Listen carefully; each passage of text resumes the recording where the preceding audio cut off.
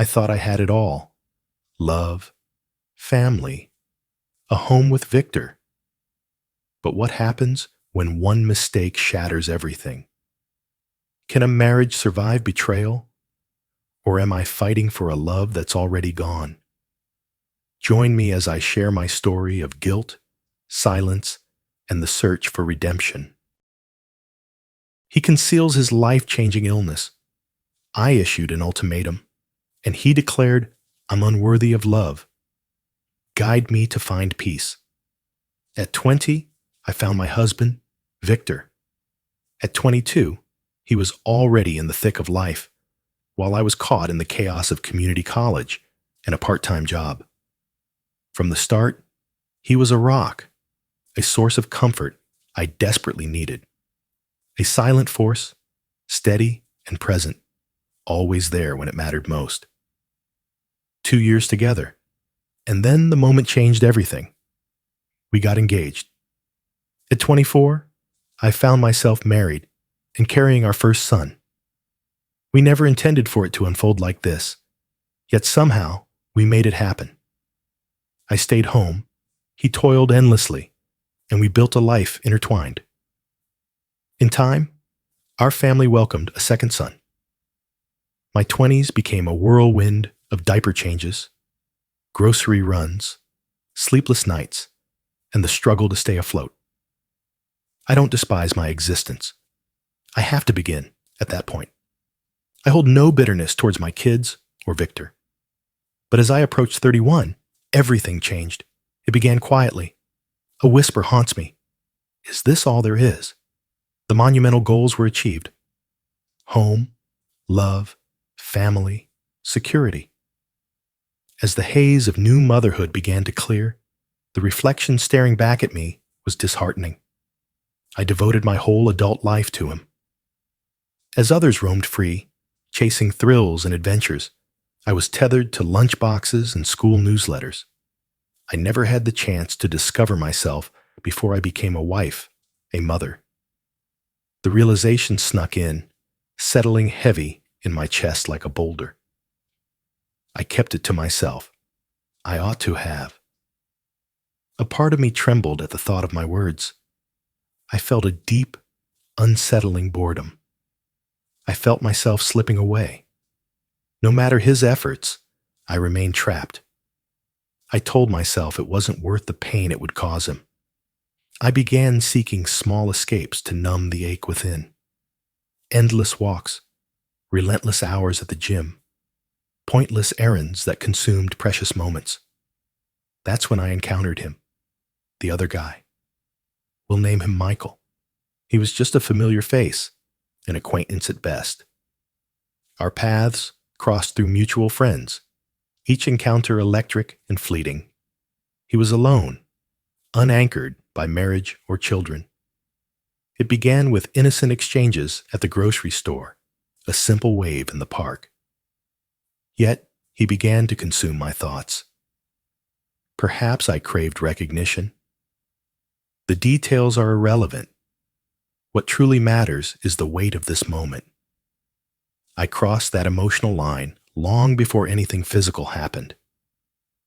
I kept glancing at my phone, hoping for his messages, giggling at his foolish quips. I dressed a bit nicer, hoping to catch a glimpse of him. For the first time in ages, I truly felt alive. I loathed myself for it, even as I surrendered to the feeling. 7 months of intensity. The final 4 were a brutal test of strength. In hindsight, I can't grasp what I was pursuing. I never loved him. I barely cared for him at all. Yet, he ignited a longing within me. In that moment, it was like gasping for breath after sinking beneath the waves. When Victor discovered the truth, it was already too late. The end had come weeks before. I ended it when the guilt became unbearable. Yet he sensed a disturbance. I pulled away from him, excuses tumbling out, conversations falling flat. He probed deeper, scrutinizing my phone, piecing together the fragments. I walked in, and there he was at the kitchen table, ghostly pale, My messages laid bare before him. A month of torment ensued. He remained silent. It only deepened the pain. He was silent, shattered. He stepped into the guest room. He avoided my gaze for days. In that moment, I felt utterly alien to him. I kept saying I was sorry, again and again. Tears fell.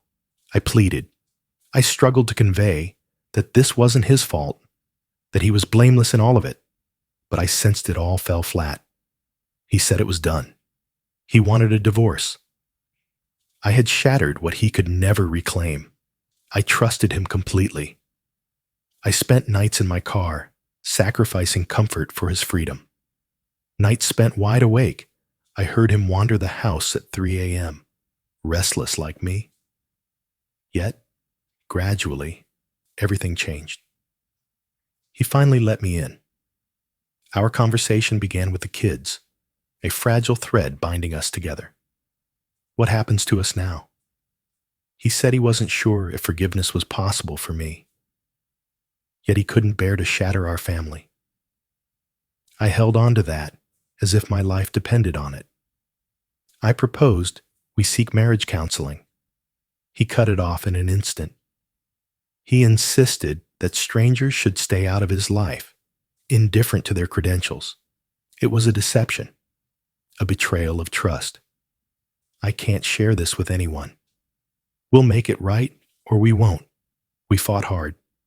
It wasn't a cinematic journey of rekindled romance. It stumbled, faltered, and regressed at every turn. Yet we persisted. I hoped we could move beyond it. 2 years have passed. 2 years since that chaos almost shattered everything we created. To the outside world, we appear perfect. We gather for family dinners. We whisk our kids away on unforgettable vacations to places like Colorado Springs. We capture joy in every frame. What about us? It's unlike anything else. A wall stands between us now. Our SX life returned in a way. Yet nothing feels as it once did. It feels like a hollow routine. His kisses have lost their spark. His hands no longer find me the way they once did. He shuns the warmth of cuddles and dodges the weight of lingering gazes. Our friends can see it too. He's stopped showing affection in public. Once, he'd clasp my hand in the car, or brush his lips against my temple as we crossed paths in the kitchen. Silence reigns. Emptiness consumes. We sit on the same couch, and he withdraws after moments, as if he can only handle intimacy in fleeting flashes. He claims to love me. I know he wants to. Yet, a void lingers, a monumental shift. It extends beyond the ordinary moments. His gaze pierces through me, as if a part of him remains hidden, unspoken, as if guarding his very soul. In January, an event unfolded that has haunted me ever since. Victor began to suffer from excruciating stomach pains. I was oblivious at first. Silence enveloped him, a void where words should have been, leaving a chilling sense of unease. His silence deepened, consumed by distractions. I thought it was just work stress, or perhaps a rough week. I stepped back, hoping he would share when the time felt right. That night, his untouched dinner spoke volumes. He could devour a storm whole. He sat there, food untouched, lost in thought. His eyes flickered, a silent storm brewing within. "Are you okay?" I pressed, the weight of unspoken fears hanging in the air. He shrugged, a half-hearted gesture, and murmured, "Yeah, just tired." He rose abruptly and stepped outside, gasping for breath. I held back. I might have, perhaps, yet a part of me believed I had lost that right forever. I felt like I was living on borrowed emotional time with him. What if I reach too far and lose it all once more? A few days later, he dropped the bombshell of a doctor's appointment. Nothing more, nothing less. No details provided. When I asked why, he replied, "Just the usual. Let it go." I held back. Days later, I discovered he had undergone an endoscopy. He kept the agony before it all to himself. Silence hung heavy over the procedure. He never even admitted his fear, and I felt it deep within me. He lost his father to bowel cancer at just 31. It's in his blood. Every time he steps into a hospital, a heavy fog envelops him. It's not merely anxiety, it's a deep, consuming fear. Fear that cuts to the core. I've witnessed it again. I see how it appears. He faced it all in solitude. I confronted him, fighting to keep my voice steady, masking the pain that tore at me. He simply said, "I didn't want to worry you. It's all meaningless." But it was everything. For weeks, he concealed his torment, concealing his fear, concealing his terror. From my heart, the results, thank goodness, were fine. He's suffering from ulcers. He's undergoing treatment for them now. The scars from that week lingered on. Thoughts consumed me. If I were still the one he trusted above all, would he have shared the instant his pain began? Would he have allowed me to grasp his hand before the scope slipped down his throat? Would he have allowed me to stay? The silence stung. The moment he faced something monumental and chose to shut me out. It hurt more than anything since the affair. It was something deeper. It was a whisper, yet it echoed deep within. Silence enveloped the space, sterile yet safeguarding. It felt as if he had accepted the silence between us, choosing distance over connection. That terrifies me. The version of me who stood by him for years has been replaced by someone he keeps behind an emotional barrier. I believed the toughest battle lay in surviving the affair, the screams, and the tears. Yet the most challenging moment is this one, the gradual separation, the silent decay of intimacy. Our daily life appears ordinary. We remain united, bound by the ties of family. Chaos of school runs, the warmth of dinner, the toil of yard work, and the joy of birthday parties in Boise. Our conversations linger. We still share laughter, even now. I doubt he's still involved. Not anymore. Not like before.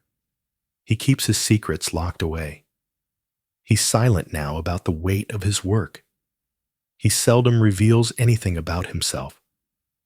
Sometimes, I catch him drifting away during a movie, lost in a world far from mine. And what could be more devastating? Is he shielding his heart? Or has he chosen to let me go? He's merely existing, waiting for the kids to grow, or for a moment when life feels lighter. I've questioned myself endlessly, wondering if it's all just paranoia. Am I spiraling into despair, fueled by my guilt? Yet a haunting truth lingers within me. I've lost something irretrievable. I'm lost, and I can't find a way out. I sense no hatred from him. He's not heartless. He continues to lend a hand at home, still whispers to me. Occasionally laughter lingers, yet intimacy eludes us. Nothing ignites. Strength prevails. I shattered something essential in our marriage. He wanders with the shattered pieces, desperately trying to present a facade of wholeness for everyone else. This situation, the betrayal, the aftermath, the counseling left undone, the silence, it's a secret we both guard. This secret remains hidden from everyone we know. I'm utterly alone, with no one to share my thoughts. All alone, with secrets buried deep. Alone, I grapple with whether our bond can be saved, or if I'm merely holding on to a phantom, paralyzed by fear and shame. This is why I'm sharing this. I realize I'm the villain here. I realize now my choices were selfish and foolish, causing pain to the one I vowed to shield. Now, I'm lost and unsure of my next move. I'm torn. Should I fight for us, retreat, keep hoping, or face the truth that I may have lost the love of my life? Not because of my betrayal, but because he chose to see me as a risk to his heart. Any guidance would mean the world. I crave another's view, whether it cuts deep or soothes gently. I refuse to convince myself we're fine when we're not. I refuse to surrender when there's still a spark worth battling for. It seems Victor chose his path the instant he learned the truth. Staying for them, for the home, for the stability, but never for you. Though the ring remains, his heart is already slipping away. He's shut you out. That door is firmly closed. The version of him that believed in you, leaned on you, and found solace in your presence. You nailed it. You're just a roommate now. Nothing more. When the kids grow up, I can see him disappearing without a trace. He kept the medical details from you because he no longer sees you as worthy of sharing his vulnerabilities. You were meant to be his everything, yet you showed him you were nothing. That bond, that refuge, it's lost. He likely fears needing you again, haunted by the memory of his vulnerability, which you twisted into betrayal. He's handling it in the only way he understands, by pulling away. You're fortunate he chose to remain, but don't count on him to feel the same way ever again. Comment 3. I was bored is the most selfish and heartbreaking excuse for betrayal. You didn't betray him out of pain or neglect. You did it for the rush. You ripped him apart. Now you're stunned that he no longer gazes at you the way he once did. That's the cost you bear. Betrayal pierces the heart of love. Be thankful he's still here, sharing this space with you. Stop chasing what's gone.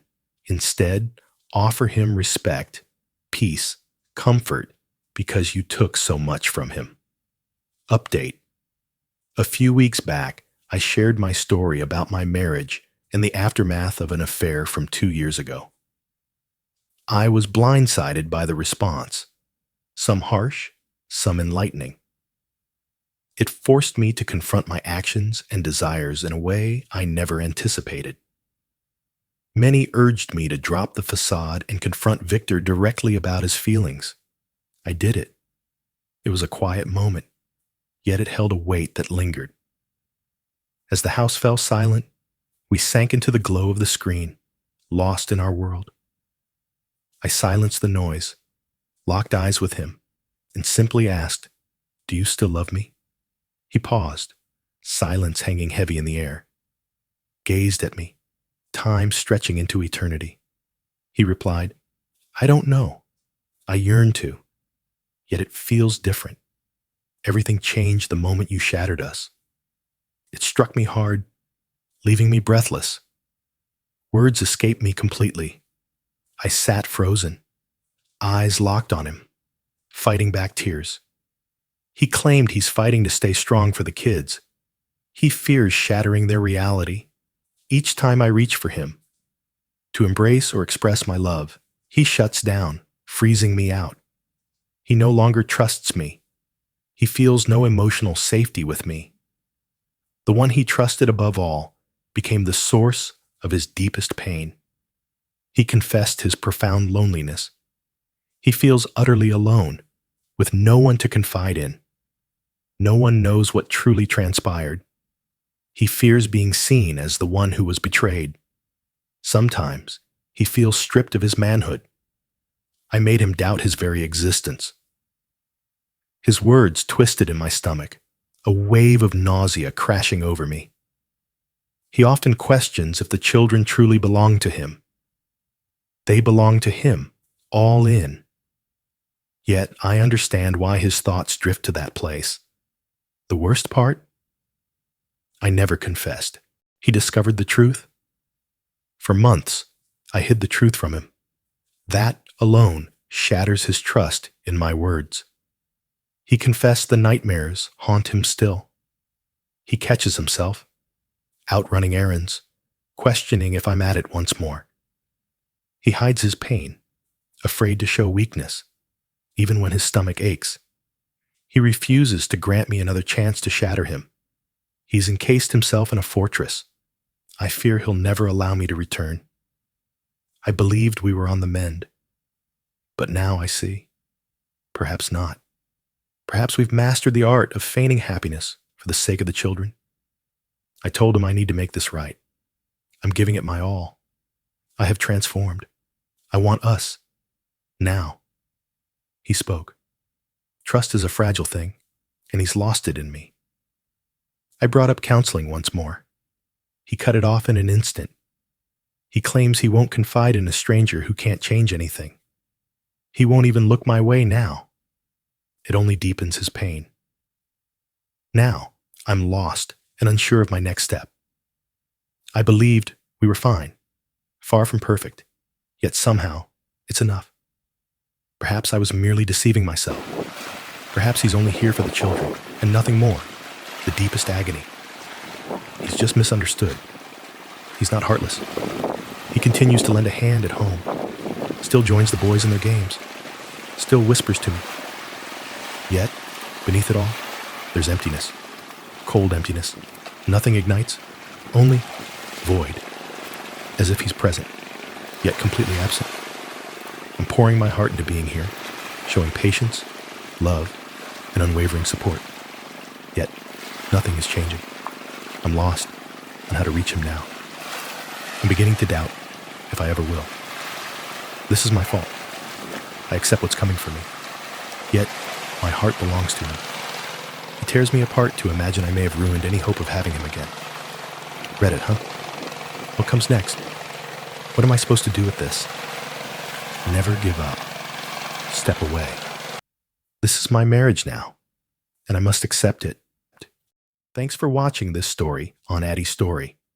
If you enjoyed it, don't forget to like, share, and hit that subscribe button so you never miss a new tale. Stay tuned for more, and until next time, take care and keep living your own amazing stories.